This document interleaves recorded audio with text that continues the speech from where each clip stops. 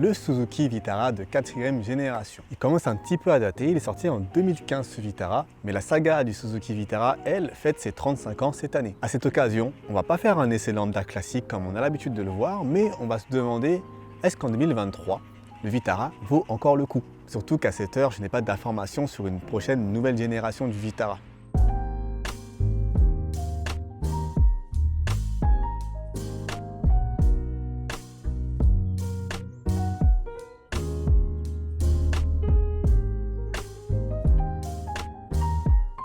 Depuis qu'elle a été restylée en 2019, la Vitara, elle propose deux motorisations uniquement essence. Le 1,4 litre micro-hybridé, le Booster Jet de 129 chevaux, celle que j'ai aujourd'hui, et une version full hybride de 1,5 litre. Au niveau du style, eh bien c'est un Vitara. C'est pas tape à l'œil, c'est pas non plus hyper discret, on est sur quelque chose de beaucoup plus simple, on va dire. On retrouve tout de même des références aux précédentes générations, et il faut savoir qu'en termes de longueur, ce Vitara, en passant à la 4ème génération, a perdu un petit peu de longueur en venant s'insérer dans le segment B. On retrouve donc ces barres verticales chromées qui vont parcourir la calandre. À l'arrière, les restylages n'ont pas fait beaucoup évoluer le Vitara, qui reste plutôt simple et consensuel au final.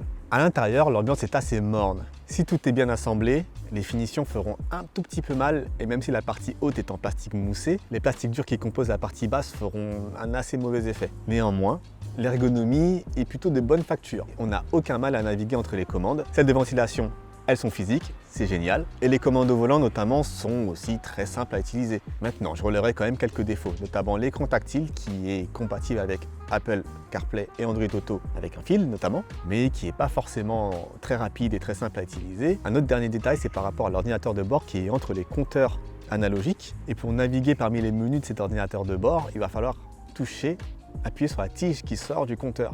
Une tige qui a l'air assez fragile et pas forcément très valorisante pour le coup. C'est quelque chose que je comprends pas beaucoup parce que sur la Suzuki Swift par exemple, on a simplement un bouton Info.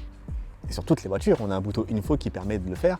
J'ai pas trouvé d'autres moyens de naviguer entre les menus. Si vous avez une Suzuki Vitara et que vous le savez, franchement, dites-le moi dans les commentaires pour que je puisse corriger ça. Parmi les équipements notables, on a notamment les sièges chauffants, un toit ouvrant panoramique. Au niveau de l'habitabilité, les sièges à l'avant sont plutôt confortables. À l'arrière, on aura quand même pas mal de place aux genoux, surtout au vu du gabarit plutôt contenu de la voiture, et c'est plutôt une bonne chose. Et petit bonus pour les familles, j'en parle pas souvent, mais on a des fixations Isofix qui sont très simples à utiliser. Au niveau du coffre, on a 375 litres de contenance, ce qui est plutôt pas mal pour la catégorie, surtout qu'il y a des rangements sur le côté qui sont plutôt intelligents. Et comme d'hab, on passe sur ce qu'il y a sous le capot. Bon, on va retrouver un 1,4 litre essence turbo de 129 chevaux et 220 Nm de couple. Sur les versions d'avant 2020, elle faisait 140 chevaux. La puissance a été diminuée pour répondre aux normes anti-pollution, mais on garde quand même la micro-hybridation qui sur le papier permet quelques économies. Comme d'habitude, vous connaissez dans la chanson, on va aller vérifier ça sur la route.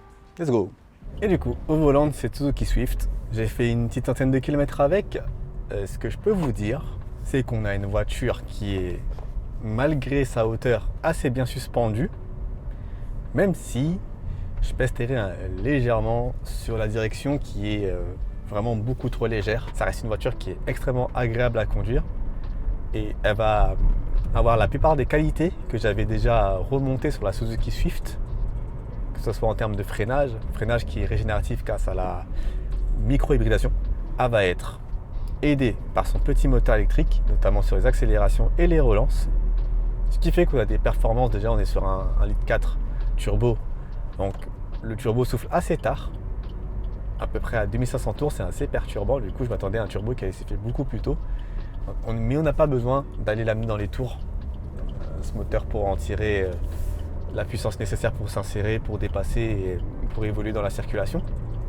Sur voie rapide, la voiture elle se comporte très bien, elle consomme assez peu. On est sur une boîte 6. Là, je ne l'ai pas précisé lors de la présentation du moteur, mais la transmission est manuelle et intégrale. On est sur un 4x4, un vrai 4x4 avec un différentiel qui nous permettra d'aller faire du hors-piste, du franchissement.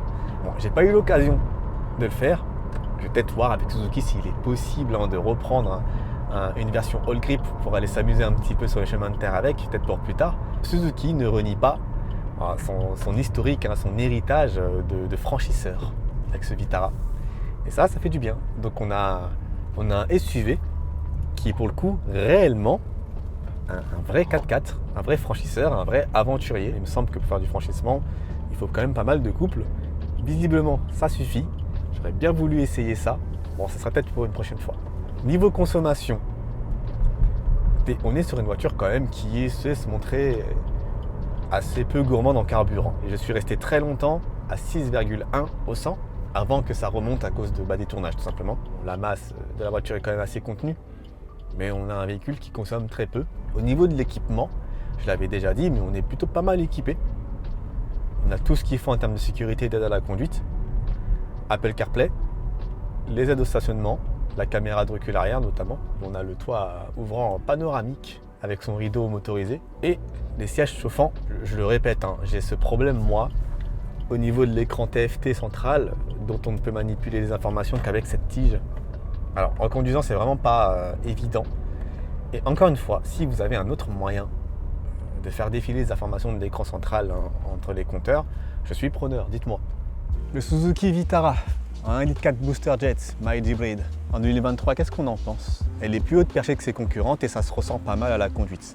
Les mouvements de caisse seront nombreux et il ne faudra pas envisager la conduite dynamique avec elle. Cependant, cette Vitara, elle a une force, c'est son rapport qualité-prix. En occasion, vous pouvez avoir quand même de sacrées offres. Par exemple, un Booster Jet hybride en boîte manuelle All Grip tel que je l'ai sais aujourd'hui, ça peut se trouver autour des 20 000 € sur le marché de l'occasion. Donc le Vitara, oui, ça peut toujours valoir le coup. Les amis, c'est tout pour moi. J'espère que vous avez apprécié ce nouveau format de vidéo. Dites-le moi en commentaire si c'est le cas. N'hésitez pas à proposer des idées de modèles que je pourrais passer au crible de l'année 2023. Je vous invite à liker la vidéo, à vous abonner si vous êtes intéressé à avoir plus de contenu et activer la petite cloche, c'est très important. Et en attendant la prochaine, soyez safe. Et comme d'habitude, moi je vous dis peace.